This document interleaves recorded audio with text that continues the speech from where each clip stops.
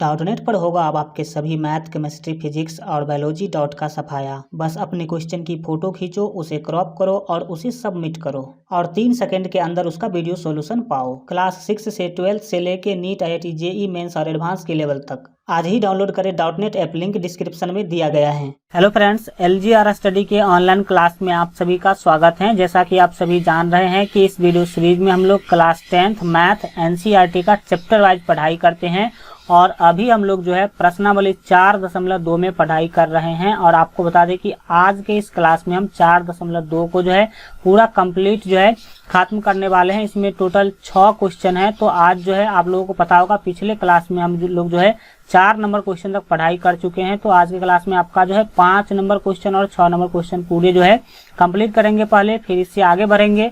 तो लास्ट तक बने रहिएगा। इससे पहले जो है हम 3 चैप्टर 1, 2, 3 का जो है पूरा एक एक क्वेश्चन हम सॉल्व कर चुके हैं। तो जो लोग अभी तक इस 3 चैप्टर के सभी वीडियो को नहीं देखे हैं तो आप इस चैनल के प्ले लिस्ट में जाकर के जरूर देख लीजिएगा, क्योंकि यह 3 चैप्टर आपके एग्जाम के लिए जो है काफी महत्वपूर्ण होता है।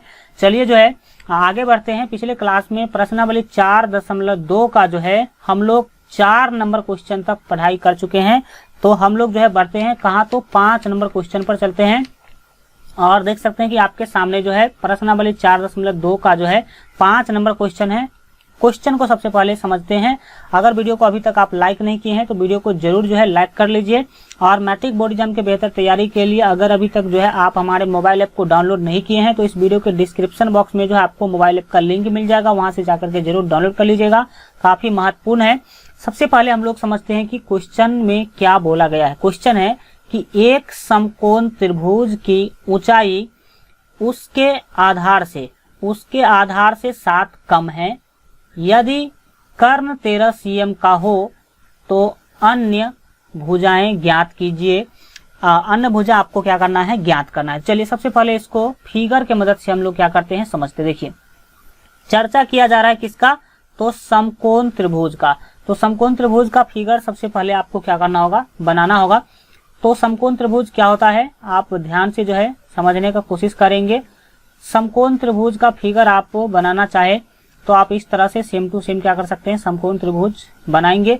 समकोण त्रिभुज में क्या होता है, तो एक कोण 90 डिग्री का होगा, बाकी का जो कोण होगा बाकी का जो आपका जो है कोण होगा वो जो है यहाँ पर जो है आप हल्का इसको फिर से ले लीजिए, कोई दिक्कत नहीं है। इस टाइप से, ताकि फिगर जितना अच्छा रहेगा आपका देखने में। चलिए ये मान लेते हैं कि यह एक समकोण त्रिभुज है। समकोण त्रिभुज का खासियत होता है कि इसका एक कोण जो होगा वो 90 डिग्री का होगा। तो मान लेते हैं यह जो कोण है वो 90 डिग्री का है। और अगर यह 90 डिग्री है तो याद रखिए 90 डिग्री के सामने वाला जो कोण होगा ये होगा कर्ण। तो ये होगा आपका कर्ण, ये भी आपको पता होना चाहिए। ये जो भुजा है ये कर्ण होगा। कौन भुजा, तो ये यहाँ से ये जो आपको भुजा दिख रहा है ये जो भुजा है ये कर्ण है। और इसको कहते हैं हम लोग ऊंचाई। इस साइड को क्या कहते हैं, ऊंचाई कहते हैं। ये भी आप याद रखेंगे। और इसको आधार कहते हैं, ये आप लोगों को पता भी होगा, ये है आधार। ठीक है, अब आप क्वेश्चन को ध्यान से क्या करेंगे, समझेंगे और समझने की सीखने की कोशिश करेंगे। क्वेश्चन में बोला गया है कि एक समकोण त्रिभुज की भुजाएं है ना, सॉरी ऊंचाई जो है इसके आधार से 7 कम है। ऊंचाई क्या है, तो आधार से 7 कम है। तो हम मान लेते हैं कि आधार x है। कितना है, हम मानते हैं कि आधार कितना है, x है। अगर आधार आप x मान लेते हैं तो ऊंचाई क्या होगा, तो ऊंचाई क्या होगा, तो क्योंकि यहाँ पर बोला जाएगा कि ऊंचाई इसके आधार से 7 कम है। आधार से क्या है, 7 कम है। तो 7 कम करने के लिए क्या करना होगा, अगर आप आधार माने हैं x तो ऊंचाई इसका मतलब होगा x माइनस 7 होगा। तो यहाँ पर आपको ऊंचाई भी मिल गया, कितना मिला ऊंचाई, x माइनस 7, और आधार हो गया आपको x। और आगे एक चीज और बोला जा रहा है कि कर्ण 13 cm का हो। कर्ण कितना है, 13 cm। तो ये कितना है, ये 13 cm है। कितना cm, 13 cm आपको इस तरह से क्या किया गया है, बोला गया है। ठीक है, अब जो है यहाँ पर हम लिख ही देते हैं, ये होगा आपका ऊंचाई। क्या होगा, ऊंचाई होगा। ये होगा आपका आधार, ये क्या होगा, तो आधार होगा। ठीक है, ये आधार होगा। अब बातों को अब आप क्या करेंगे, समझेंगे। ये तीन भुजा आप इस तरह से बाय फिगर समझ सकते हैं, या फिर आप इसको लैंग्वेज में भी लिख सकते हैं। चलिए हम लैंग्वेज में भी क्या करते हैं, इसको लिख देते हैं। जब आप इसका हल करेंगे, यहाँ पर जब आप इसको हल करने का स्टार्ट करेंगे तो सबसे पहले लिखेंगे जो है माना कि समकोण त्रिभुज का जो आधार है वो x है। क्या लिख देंगे, लिखेंगे माना कि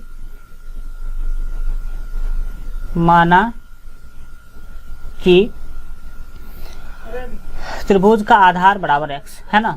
माना कि त्रिभुज या फिर समकोण त्रिभुज लिख लीजिए। माना कि समकोण त्रिभुज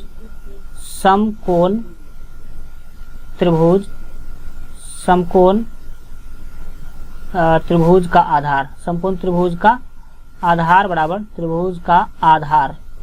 सबसे पहले क्या लेना है,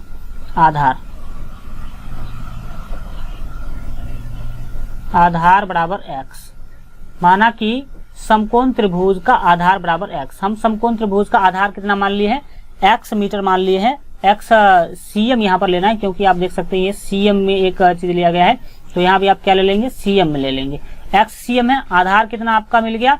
तो आधार अगर x cm मानते हैं, इसीलिए ऊंचाई लिखेंगे, इसीलिए ऊंचाई बराबर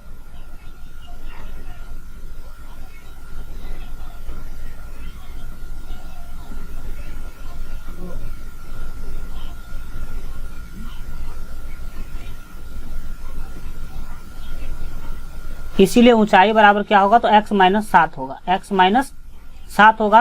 क्यों, क्योंकि x माइनस 7 इसलिए बोले हैं हम, क्योंकि यहाँ पर आप देख सकते हैं कि बोला गया कि ऊंचाई इसके आधार से 7 कम है। ऊंचाई जो है इसके आधार से 7 कम है, तो आधार अगर x है तो ऊंचाई इससे 7 क्या होगा, कम होगा। x माइनस 7 cm आप इसको इस तरह से भी लिख सकते हैं। अब लिखेंगे प्रश्न से, ठीक है। प्रश्न से क्या बोला जा रहा है उसको अब आप क्या करेंगे, समझेंगे। लिखेंगे प्रश्न से, ठीक है। प्रश्न से, प्रश्न में बोला गया है कि जो कर्ण है वो 13 cm है। कर्ण कितना है, 13 cm है।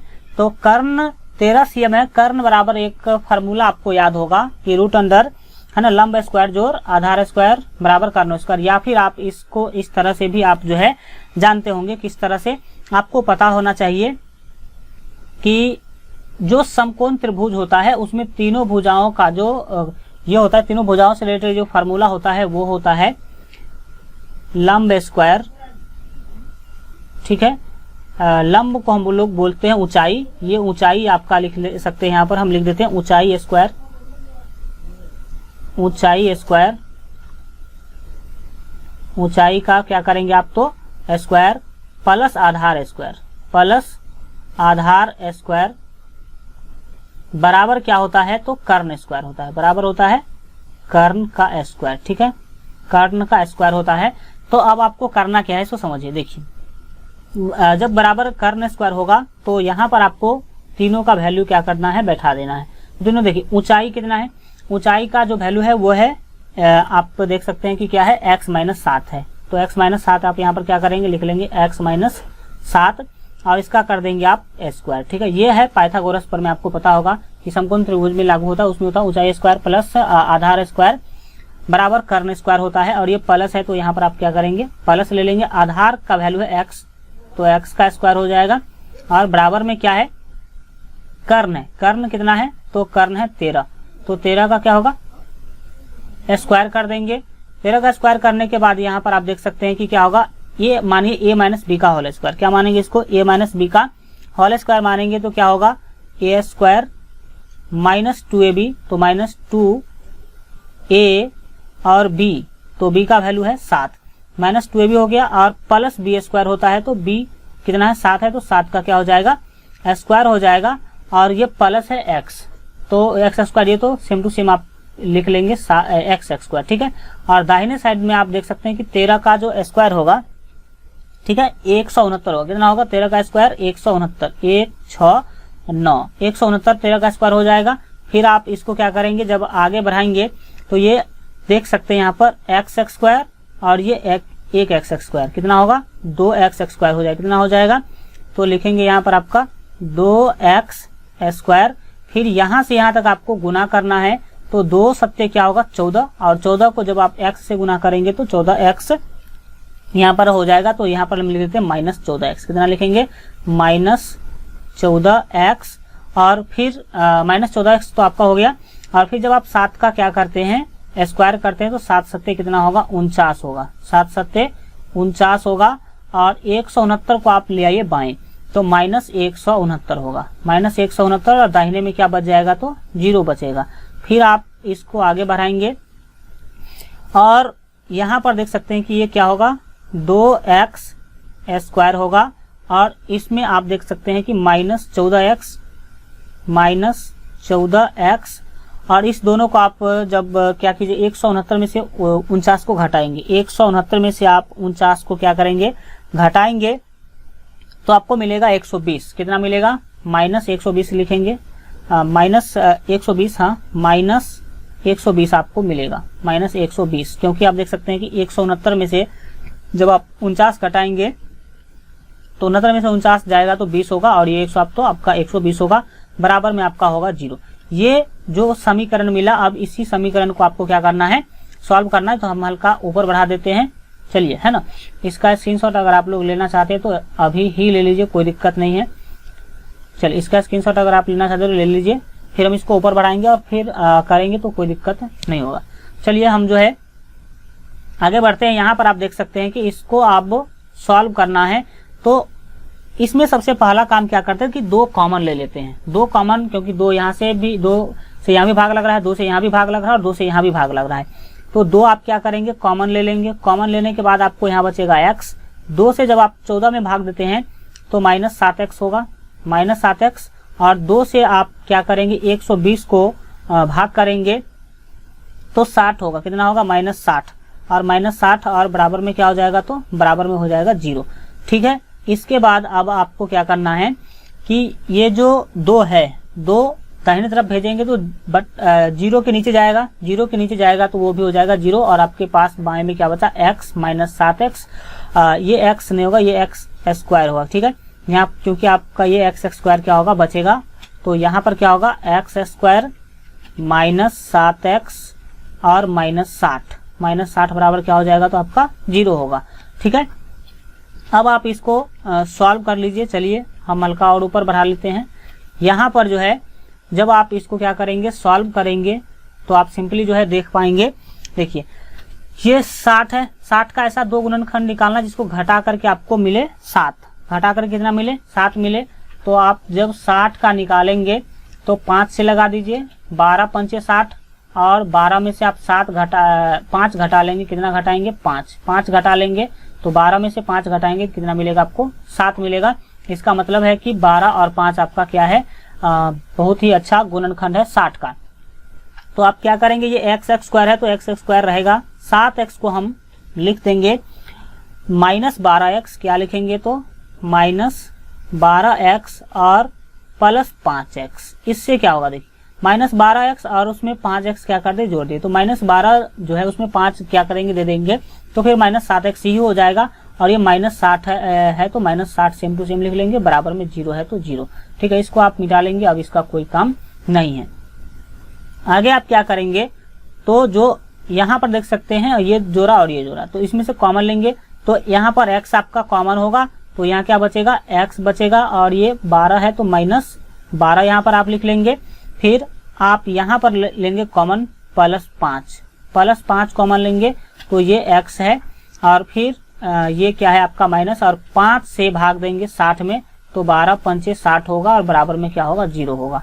फिर आप आगे बढ़ेंगे और देख सकते हैं कि 12 - x, 12 - x, x - 12, x - 12। तो x माइनस क्या ले लेंगे आप? 12 ले लेंगे, x - 12। और ये x +5 जो बाहर में x +5, इसको आप क्या करेंगे? लेंगे एक कोष्ठ के अंदर, क्या करेंगे? इसको बंद करेंगे। तो आपका होगा x +5। ठीक है। और बराबर में क्या होगा? तो बराबर में हो जाएगा यहाँ पर आपका 0। अब आपको क्या करना है? एक बार x - 12 को कीजिए 0 के बराबर, और एक बार जो है x +5 को 0 के बराबर करेंगे। तो इधर जो है आपको मिलेगा x बराबर मिलेगा -12 को जब आप दाहिने भेजेंगे तो +12 होगा। और इधर जब आप क्या करते हैं? x बराबर लिखते हैं 5 को जब आप दाहिने भेजेंगे तो क्या लिखेंगे? -5 लिखेंगे। ठीक है, अब क्या होगा देखिए, ये जो x का वैल्यू है वो क्या चीज है, आप ऊपर चल करके देख सकते हैं। ठीक है, चलिए ऊपर जो है, और यहाँ देख सकते हैं कि x हम किसको माने थे, तो आधार को। x किसको माने थे, तो आधार को माने थे। यहाँ पर हम लिखे थे कि माना समकोण त्रिभुज का आधार जो है वो क्या है, x है। समकोण त्रिभुज का आधार x है।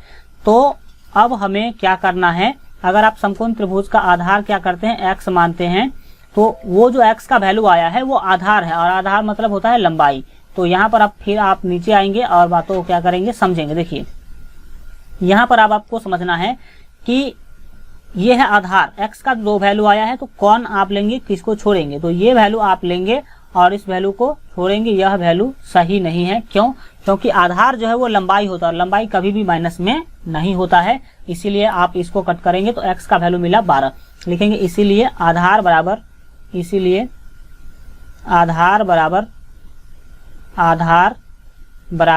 x माने थे, और x का वैल्यू कितना लेंगे हम, 12। तो आधार बराबर 12 cm हो जाएगा, एवं ऊंचाई, एवं जो है ऊंचाई। ठीक है, ऊंचाई जो है कितना माने थे, ऊपर आप देख सकते हैं, एवं ऊंचाई बराबर, ऊंचाई के बारे में बोला गया था कि वो क्या है, तो x-7 है। यहाँ पर आप ऊपर भी क्या कर सकते हैं, देख सकते हैं कि यहाँ आपको जो है बताया गया था कि यहाँ देख सकते हैं कि ऊंचाई क्या है, x-7 है। मतलब ऊंचाई निकालने के लिए आपको x में से 7 घटाना होगा। तो चलिए हम जो है वहां पर क्या करते हैं, x का जो वैल्यू है उसमें से 7 क्या कर देंगे, घटा देंगे। ठीक है, तो यहाँ पर आप देख सकते हैं कि x का वैल्यू 12 है, जो है x-7 है। तो देखिए यहाँ पर क्या हो जाएगा, जब आप x का वैल्यू रखेंगे 12, x का वैल्यू यहाँ पर आप क्या रख लेंगे, 12 रख लेंगे और माइनस करेंगे 7। ठीक है, तो 12 - 7 कितना होगा, तो 5 होगा। कितना होगा, 5 cm आपका फाइनल क्या होगा, आंसर होगा। तो एक तो आपको निकल गया आधार 12 cm, और ऊंचाई निकल गया कितना, 5 cm। तो 12 और 5 cm आपका फाइनल क्या हो जाएगा, आंसर हो जाएगा। इस तरह से आप इस क्वेश्चन को क्या कर सकते हैं, बना सकते हैं। चलिए आज का जो लास्ट क्वेश्चन है उसको भी देख लेते हैं, काफी महत्वपूर्ण क्वेश्चन है, ध्यान से जो है समझेंगे। और अगर अभी तक आप इस वीडियो को लाइक नहीं किए तो जरूर लाइक कर दीजिए। जो 6 नंबर क्वेश्चन है काफी महत्वपूर्ण है, और काफी इसमें एक्सटर्नल कंसेप्ट भी आपको लगाना होगा। तो चलिए समझते हैं कि क्वेश्चन के द्वारा क्या बोला जा रहा है। एक कुटीर उद्योग एक दिन में कुछ बर्तन का निर्माण करता है। आपको यह बोला गया कि एक विशेष दिन यह देखा गया कि प्रत्येक नग में आप बर्तन समझ लीजिए, प्रत्येक नग की निर्माण लागत है ना, उस दिन के निर्माण किए गए बर्तन की संख्या के 2 गुना से 3 अधिक थी, यदि उस दिन की कुल निर्माण लागत 90 रुपया थी। कितना, 90 रुपया थी। तो आपको निर्मित बर्तनों की संख्या और प्रत्येक नग की लागत ज्ञात करना है। चलिए इसको जो है कैसे हम लोग ज्ञात करेंगे, सिंपली पहले इसको क्या करते हैं, समझते हैं। ठीक है, जब आप इसको सॉल्व करेंगे, जब आप इसको हल करने के लिए जाएंगे तो आपको क्या करना है। देखिए बोला गया कि कोई जो है कुटीर उद्योग है, कुटीर उद्योग मतलब कोई समझ लीजिए कि छोटा फैक्ट्री है, उसमें बर्तन निर्माण का काम चलता है। किसका, तो बर्तन का निर्माण का काम चल रहा है।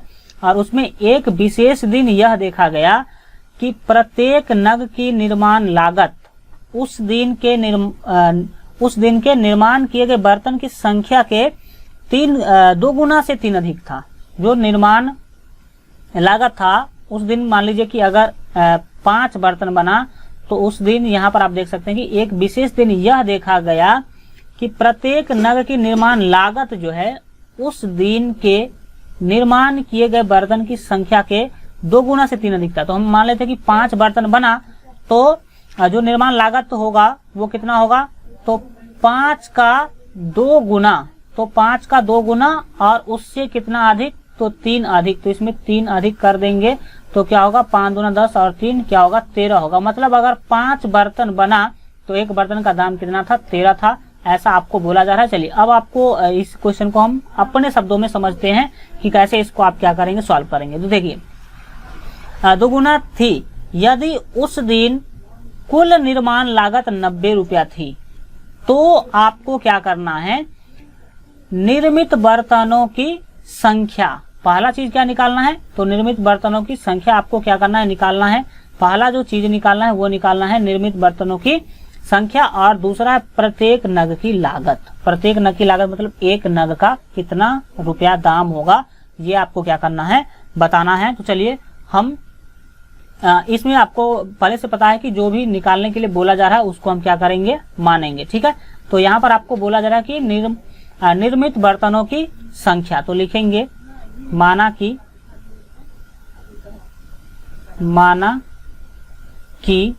निर्मित बर्तनों की संख्या। ठीक है, निर्मित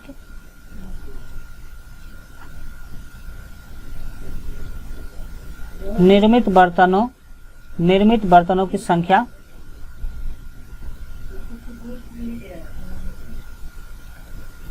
माना कि निर्मित बर्तनों की संख्या बराबर x। निर्मित बर्तनों की संख्या बराबर x। हम मान लेते हैं कि जो निर्मित बर्तन मतलब एक दिन में जो बर्तन निर्माण किया गया वो कितना है, x है, लिखेंगे, है ना। तो देखिए अगर निर्मित बर्तनों की संख्या x है तो प्रत्येक नग की लागत लिखेंगे, इसीलिए प्रत्येक नग की लागत,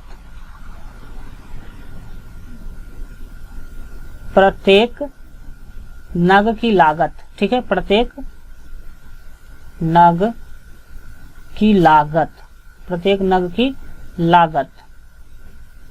की लागत कितना होगा। ठीक है, तो प्रत्येक नग की लागत बराबर कितना होगा, ये ध्यान से समझिए कि कैसे हम इसको निकालेंगे। तो बोला गया है कि एक विशेष दिन यह देखा गया कि प्रत्येक नग की निर्माण लागत जो है उस दिन के निर्माण किए गए बर्तनों की संख्या के 2 गुना से 3 अधिक है। तो इस आज बर्तन बना है x, तो इसका 2 गुना क्या होगा, 2x, 2 गुना 2x होगा, और उससे भी 3 अधिक, तो 3 अधिक करने के लिए इसमें 3 क्या करना होगा, जोड़ना होगा। इसका मतलब प्रत्येक नग का जो लागत हो गया वो कितना हो गया, तो 2x + 3। क्यों 2x + 3 हुआ, क्योंकि क्वेश्चन में बोला गया था कि जितना भी बर्तन निर्माण किया गया था उसके 2 गुना से 3 अधिक थी एक बर्तन का क्या चीज, तो लागत। प्रत्येक यहाँ पर प्रत्येक नग की निर्माण लागत इतना था, तो इतना रुपया आप जो है मान सकते हैं, इतना रुपया लिख दीजिए, यह क्या है, रुपया में है। ठीक है, और ये तो क्या है, संख्या, बर्तनों की नग की क्या है, संख्या है। अब लिखेंगे यहाँ पर एक बात और दिया गया है, कुल निर्माण लागत लिखेंगे प्रश्न से, यहाँ पर लिखेंगे हम लोग प्रश्न से मतलब प्रश्न में जो है आपके लिए क्या बोला जा रहा है, एक चीज दिया गया है, कुल निर्माण लागत। प्रश्न से कुल निर्माण लागत बराबर कुल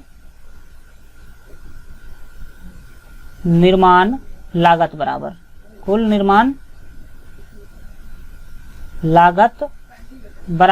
निर्माण लागत कितना है, तो 90 रुपया है। कुल निर्माण लागत बराबर 90 रुपये। देखिए बर्तनों की संख्या इतना है, एक बर्तन का दाम इतना है, तो बर्तन के संख्या से जब आप एक बर्तन के दाम को गुना करेंगे तो आपको कुल निर्माण लागत क्या होगा, मिलेगा।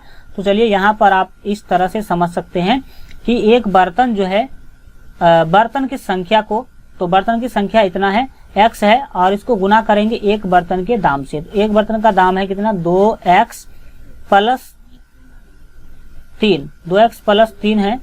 तो इसमें आपको क्या करना है, समझिए, 2x + कितना है, 3।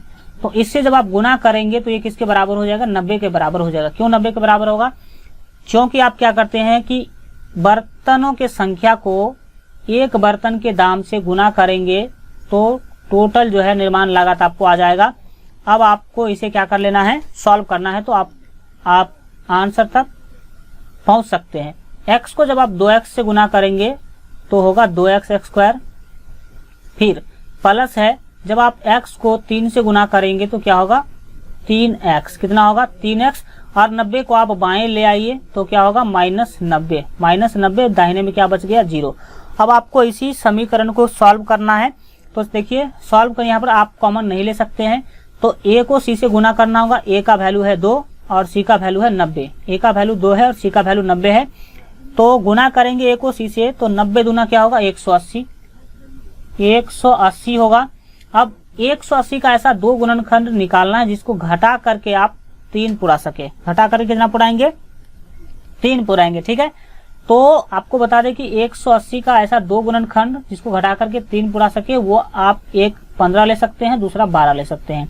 12 गुने 15 करेंगे आप तो 180 मिलेगा, और जब आप 12 में से 15 को घटाएंगे तो आपको मिलेगा 3। तो दोनों कंडीशन यहाँ पर पूरा हो रहा है। इसका मतलब 180 का 2 गुणनखंड हम कौन कौन लेंगे, तो एक लेंगे 15 और एक लेंगे 12। इसका मतलब है कि यहाँ पर जो है आप ध्यान से जो है अगले चीजों को देखिए। अब हम क्या करते हैं, फर्स्ट जो आपका टर्म होता है उसको तो सेम टू सेम आपको लिख लेना होता है। तो 2x² आप सेम टू सेम क्या करते हैं, लिख लेंगे। फिर आप क्या करेंगे, जो ये आपका -3x है, सॉरी +3x है, इसको आप लिखेंगे -12x और +15x। ऐसा लिखने से क्या होगा, ये देखिए 15x है, उसमें से 12x घटा देंगे तो 3x बच जाएगा, और ये फिर -90 है, तो -90 को सेम टू सेम यहाँ पर लिख लेंगे, बराबर में क्या हो जाएगा, 0 हो जाएगा। फिर आप कॉमन लेंगे तो देखिए 2 से यहाँ भी कट रहा है, 2 से यहाँ भी कट रहा है, तो 2 कॉमन हो जाएगा। x से यहाँ भी भाग लगेगा, s से यहाँ भी, तो x भी आपका कॉमन हो जाएगा। 2x जब आप कॉमन लेंगे तो x से x कट जाएगा, x² को x से भाग करेंगे तो x मिलेगा, ठीक है। फिर जब आप यहाँ पर ये माइनस है तो माइनस ले लीजिए, 2 से 12 को भाग करेंगे तो 6 होगा, और 2 से 12 को भाग करेंगे तो 6 होगा, और x से x पूरा क्या होगा, कैंसिल हो जाएगा। इसी तरह यहाँ पर आप देख सकते हैं कि यहाँ x है और यहाँ x नहीं है तो x कॉमन नहीं होगा। 15 से इसमें भाग लग रहा है, 15 से इसमें भाग लगेगा, तो +15 हम ले लेंगे कॉमन। +15 कॉमन लेंगे तो 15 से 15 कट जाएगा, क्या बचेगा x, और 90 को आप 15 से भाग देंगे तो 15 छक्के क्या होता है 90, तो -6 यहाँ भी आपको मिलेगा, बराबर में क्या होगा, 0 होगा। अब अगले स्टेप में आप देखेंगे कि जो है किस तरह से आपको इसका आंसर जो है मिलेगा, ठीक है। हल्का हम जो है इसको नीचे ही कर लेते हैं। चलिए यहाँ पर आपको क्या करना है, एक स्टेप, हाँ चलिए यहाँ पर आपको देखिए कि दोनों जो कोष्ठ है वो सेम है, तो उसमें से एक ले लीजिए x -6 और दूसरा 2x + 15। दूसरा क्या है, तो 2x + 15 है, और बराबर में क्या है, 0 है। तो बराबर में 0 है, तो अब आपको क्या करना है समझिए। अब आपको यहाँ पर क्या करना होगा कि एक बार आपको x -6 को 0 के बराबर करना है, और एक बार 2x + 15 को क्या करना है, आपको 0 के बराबर करना है। तो इससे क्या होगा, इससे जो है आप यहाँ पर देखेंगे कि जब आप x बाएं रखेंगे और 6 को दाहिने भेजेंगे तो +6, और इधर भी जब आप x का वैल्यू निकालेंगे तो 2x बराबर 15 है, तो -15 हो जाएगा, दाहिने जाएगा तो, और इधर जो है x का वैल्यू आप रखेंगे तो दाहिने -15 पहले से है, और जब 2 जाएगा तो बट्टे में आप इसको 2 क्या कर सकते हैं, लगा सकते हैं। बट्टे में आप क्या करेंगे, तो यहाँ 2 लगा देंगे। अब x का एक ही वैल्यू आपको चाहिए, लेकिन x का 2 वैल्यू आ रहा है, लेकिन यह वैल्यू आप नहीं लेंगे। x का कौन सा वैल्यू आपके लिए सही है, तो x बराबर 6 आपके लिए क्या है, सही है। क्यों, क्योंकि x जो है वह क्या है, यहाँ पर आप देख सकते हैं x क्या है, वो यहाँ पर आप देख लीजिए एक बार। x क्या है, निर्मित बर्तनों की संख्या है, बर्तनों की संख्या है, और बर्तन का संख्या कभी भी माइनस में नहीं होगा। इसीलिए हम जो है यहाँ पर जो x का वैल्यू आया है वो माइनस में नहीं ले सकते हैं, और बट्टा में भी है तो ये आपका नहीं होगा, x का वैल्यू 6 होगा। इसका मतलब है कि आपको मिल गया निर्मित बर्तनों की संख्या, लिखेंगे इसीलिए जो है यहाँ पर लिखेंगे x क्या है, तो x है आपका निर्मित बर्तनों की संख्या। यहाँ पर आप देख सकते हैं निर्मित बर्तनों की संख्या है, तो लिखेंगे यहाँ पर नीचे में, इसीलिए निर्मित बर्तनों की संख्या बराबर, इसीलिए निर्मित बर्तनों की संख्या बराबर, निर्मित बर्तनों की संख्या बराबर, बर्तनों की संख्या बराबर, निर्मित बर्तनों की संख्या बराबर। निर्मित बर्तनों की संख्या माने थे x, और x का वैल्यू यहाँ पर आपका आ रहा है 6, तो निर्मित बर्तनों की संख्या 6 हो गया। एवं प्रत्येक नग की लागत बराबर। दूसरा चीज क्या निकालना था आपको, तो दूसरा यहाँ पर आप देख सकते हैं कि दूसरा जो निकालना था वो निकालना था प्रत्येक नग की लागत, और वो क्या था 2x + 3। तो यहाँ पर हम लिख देंगे प्रत्येक नग की लागत बराबर 2x प्लस 3 लिखेंगे, एवं प्रत्येक नग की लागत, ठीक है, नग की लागत बराबर, प्रत्येक नग की लागत बराबर, लागत कितना था तो 2x प्लस 3 था, ठीक है, 2x प्लस 3 था, 2x प्लस 3 ही है, हाँ 2x प्लस 3 है, तो 2x प्लस 3 करेंगे, उसमें x का वैल्यू डाल देंगे तो आपका आंसर आ जाएगा, ठीक है। तो यहाँ पर अब आप क्या करेंगे, 2 तो 2 है, x का वैल्यू कितना है तो 6 निकाले हैं और प्लस 3, तो आपका फाइनल जो है आंसर होगा वो क्या होगा ये बराबर होगा 6 दूना कितना होगा तो 12 होगा, और प्लस में ये 3 होगा तो 12 और 3 कितना होगा 15 होगा। ये आपका क्या होगा फाइनल आंसर। इसका मतलब है कि एक दिन में 6 बर्तन बन रहा है और एक नग का लागत कितना है, एक नग का दाम कितना है तो 15 रुपया है, 15 रुपया। ये आपका क्या होगा फाइनल आंसर होगा। चलिए इस तरह से आपका जो है 4.2 पूरा कंप्लीट होता है। अगले क्लास में जो है हम लोग 4.3 स्टार्ट करेंगे, जो कि काफी जो है महत्वपूर्ण है। मिलते हैं अगले क्लास में जो है। अगर अभी तक आप इस वीडियो को जो है लाइक नहीं किए तो वीडियो को लाइक कर दीजिए। अगर चैनल को अभी तक आप सब्सक्राइब नहीं किए तो सब्सक्राइब के लाल बटन को दबा करके चैनल को सब्सक्राइब कर लीजिए। बेल आइकन प्रेस करके ऑल पर सिलेक्ट कर लीजिएगा, ताकि आगे आने वाला सभी वीडियो जो है सबसे पहले आप तक पहुंच सके। और मैट्रिक बोर्ड एग्जाम की बेहतर तैयारी के लिए अगर अभी तक आप हमारे मोबाइल ऐप को डाउनलोड नहीं किए हैं तो इस वीडियो के डिस्क्रिप्शन बॉक्स में आपको मोबाइल ऐप का लिंक मिल जाएगा, वहां से जरूर जो है डाउनलोड कर लीजिएगा।